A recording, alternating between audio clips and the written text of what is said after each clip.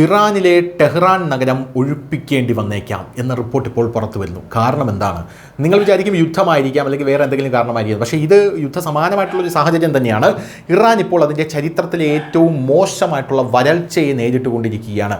6 പതിറ്റാണ്ടിനിടെ ആദ്യമായി സ്ഥിതി വളരെ മോശമായതിനാൽ തലസ്ഥാനമായിട്ടുള്ള ടെഹ്റാൻ കുടിവെള്ളക്ഷാമത്തിൻ്റെ വക്കിലാണ് എന്ന റിപ്പോർട്ടുകൾ വരുന്നു. നവംബർ അവസാനത്തോടെ മഴ പെയ്തില്ലെങ്കിൽ സർക്കാർ ജലവിതരണം പരിമിതപ്പെടുത്തേണ്ടി വരുമെന്നും സ്ഥിതി മെച്ചപ്പെടുന്നില്ലെങ്കിൽ ടെഹ്റാൻ ഒഴിപ്പിക്കേണ്ടി വരുമെന്നും പ്രസിഡന്റ് മസൂദ് പച്ച്വാക്കിയർ മുന്നറിയിപ്പ് നൽകിയിട്ടുണ്ട്.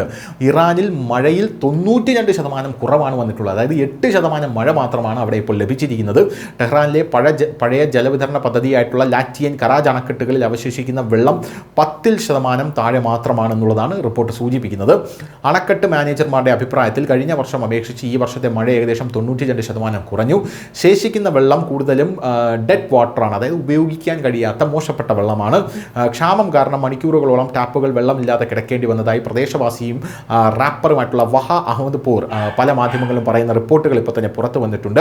പ്രസിഡന്റ് മസൂദ് പെഷസ്കിയാന്റെ മുന്നറിയിപ്പ്: ആവശ്യത്തിന് മഴ ലഭിച്ചില്ലെങ്കിൽ ടെഹ്റാനിൽ ജലവിതരണം പരിമിതപ്പെടുത്തേണ്ടി വരുമെന്നും റേഷനിങ് മതിയാകുന്നില്ലെങ്കിൽ നഗരം ഒഴിപ്പിക്കുന്നത് പരിഗണിക്കുമെന്നും അദ്ദേഹം പറയുന്നു.